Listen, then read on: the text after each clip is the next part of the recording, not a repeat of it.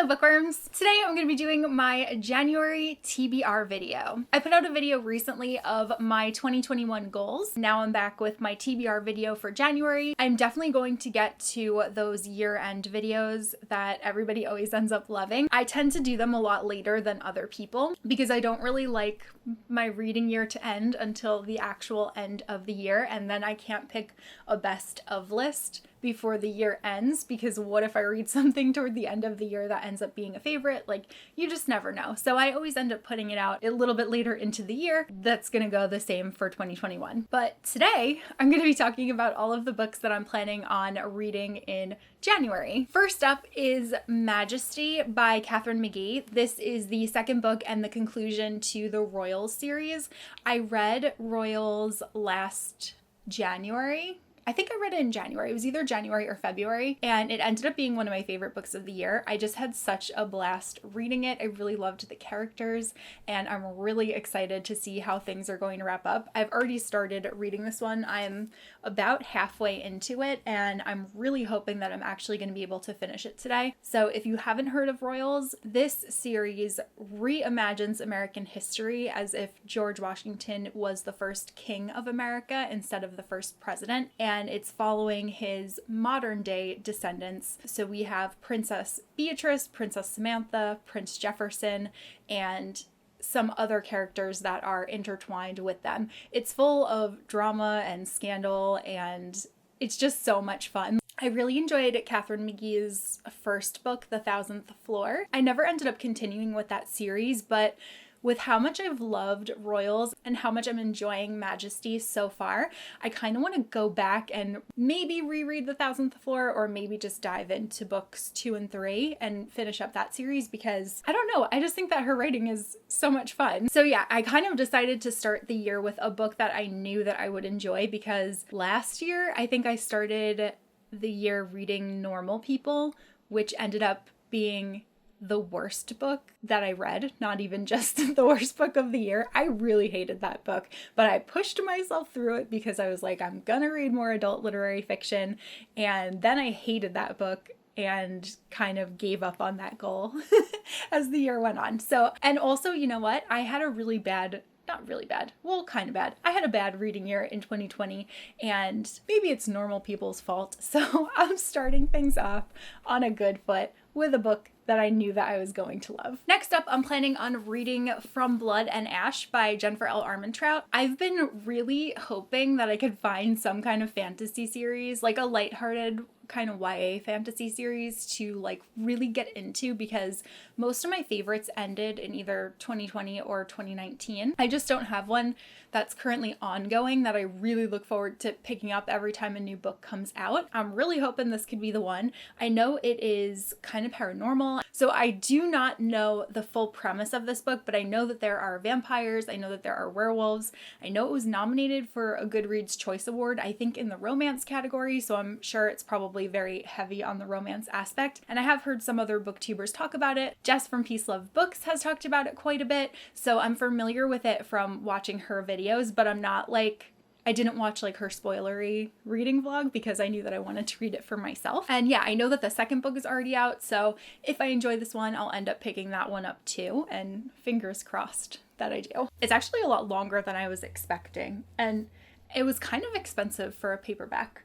I believe it's an indie published book. Jennifer L. Armentrout has written so many books. Yeah, and it's an indie book, which I never really read very many indie books, so this is definitely going to be my second read of the year after I finish Majesty, just because I've been so looking forward to picking this one up. Next up is Romancing Mr. Bridgerton by Julia Quinn. This is the 4th book in the Bridgerton series. I don't know if you have seen Bridgerton on Netflix, but I am obsessed with it. I only have 1 episode left to go at the time of filming, and I'm like for sure finishing it today. I really enjoyed the adaptation. I thought it was so much fun. It's a historical romance series, and each one of the books in the series follows a different Bridgerton sibling. So there are 8 siblings in total, and there are 8 books in total, and they're just like a big, lovable, fun like cute family and I just love them. I tend to really like big families in literature, especially because I find the dynamic between siblings to be like so heartwarming. And the series is obviously no exception. Actually, the Bridgertons have like quickly become one of my favorite big fictional families ever, which is really exciting. So anyway, this fourth book follows Colin, who is the third oldest. Another really fun thing about the Bridgertons is that each sibling is named with a different letter in the alphabet, which also makes it easier to remember how many of them there are and what their names are, because you at least know like, well, it has to be this letter that it starts with. But there is Anthony, then Benedict, then Colin, then Daphne, and Daphne is actually who the first season of the TV show focuses on. Her book is the first book called The Duke and I. And then after Daphne, we have Eloise, who is one of my personal favorite characters. Then we have Francesca, who like wasn't really in the show at all. I had to text Alexa and I was like, did they like explain where Francesca is, or does she just like not exist in the show? And she was like, no, she's off with friends. She's only in the first episode and the last episode, but I don't even remember her being in the first episode, if I'm being honest. George and then Hyacinth, and those are the Bridgerton siblings, and I also really love their mom Violet. But these are just delightful. Like, I laugh out loud when I read these. I end up loving the romances. Like, I can feel like my heart, it just like is so heartwarming. So I've been really enjoying these and I'm really excited to pick the next one up. Next on my list is one of my nonfiction reads for the month. So I really want to read Big Magic by Elizabeth Gilbert. I've heard really good things about this book, and I know some people who actually reread it every January because it's like that inspiring. And over the course of the past year, I definitely realized, like during my break, that I really enjoy having a creative outlet like BookTube or like my blog. While I'm starting things off and like feeling really excited about everything, I thought it would be nice to read this book and to just get inspiration and get even more excited if that's even possible. Then I have a couple of new releases that I'm really looking forward to getting to. The first one being You Have a Match by Emma Lord. Emma Lord's debut book, Tweet Cute, was one of my favorite books of 2020. I hardcore loved that book. It captured New York City so perfectly, and I really love the characters. The dialogue is just incredibly smart and fun, and I will 100% read anything else that Emma Lord comes out with. So I've been really, really anticipating this book. It takes place at a summer camp, and it follows a character named Abby who takes a DNA test. She really only does it in order to like give her best friend and love of her life a nudge to do the same. And once she takes it, she actually finds out that she has a secret sister, so her life is like kind of turned upside down. Her sister ends up being like an Instagram famous person, and the two of them concoct a plan to meet at summer camp together, but it turns out that they're like completely different, and it's also obviously going to be really interesting to find out why Abby's parents gave her sister Savannah up for adoption but kept Abby. It sounds like it's going to pack an emotional punch, and I'm very much looking forward to reading this one. I cannot wait for Emma Lord's next book. I have been like counting down the days until this pre-order arrives. Next on my list is Lore by Alexandra Bracken. Disney Book Group actually sent me this finished copy. It was in the mail when I got home from Christmas.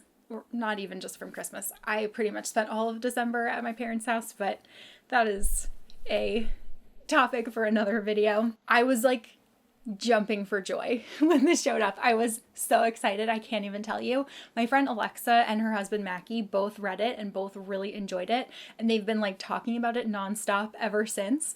And I was like just about to pre-order the book because I had just read Alexa's review, and then thankfully it was in my enormous pile of boxes that were waiting for me when I got home.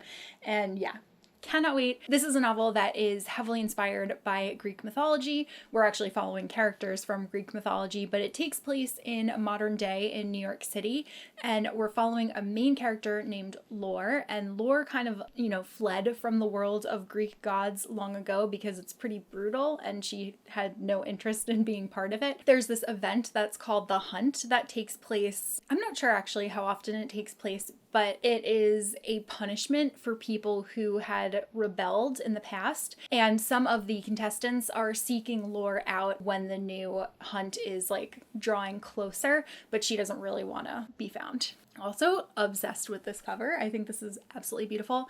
And in 2020, I binge read all of Lore Olympus, like all of it in 2 days. I was kind of obsessed, and now I read it weekly on the Webtoon app, and I love it. Like, it's so good. So I just want all of the Greek mythology stories. Another new release that I'm hoping to read this month is The Wife Upstairs by Rachel Hawkins. I have enjoyed Rachel Hawkins' books in the past. I haven't read a ton of them, but the ones that I have read, I did enjoy. This is actually her first adult novel, and it's a thriller, and it's inspired by Jane Eyre. It sounds so good. I think that I'm gonna like it since I already know her writing style and I already know that I've enjoyed previous books. I think that this one has like a really good chance. Also, another one that I'm like super obsessed with the cover. This aesthetic is so beautiful. This one is a thriller. I don't know if I said that, but I really don't like to read the synopses of thrillers. I like to kind of know some basic buzzwords. Like this one, I know Jane Eyre inspired, and that's all that I need to know because I really do like to be surprised.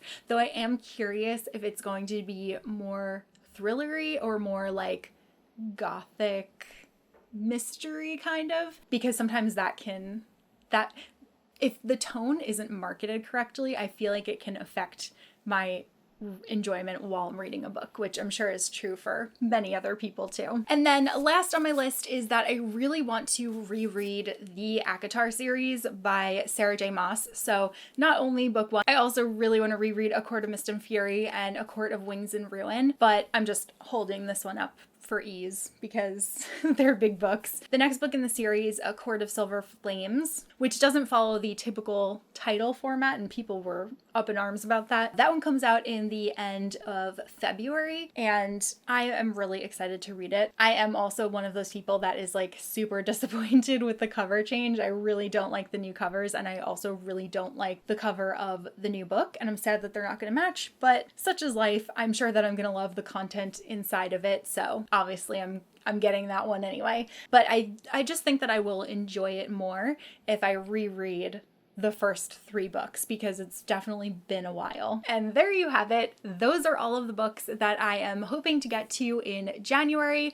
I'm obviously hoping that I will get to more than just the books that I mentioned, but these are the ones that I'm definitely like most excited about and are top priorities for me coming into this new year. I have been setting aside time every day to make sure that I'm reading because I feel like I got really off track in 2020 and I really want to rectify that this year, and I'm already doing a much better job of consistently reading, so here's hoping that I stay on that track.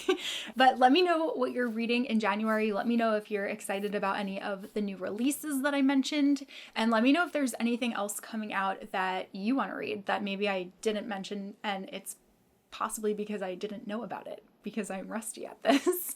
So that's all that I have for this video, and I will see you guys soon in a new one. Bye!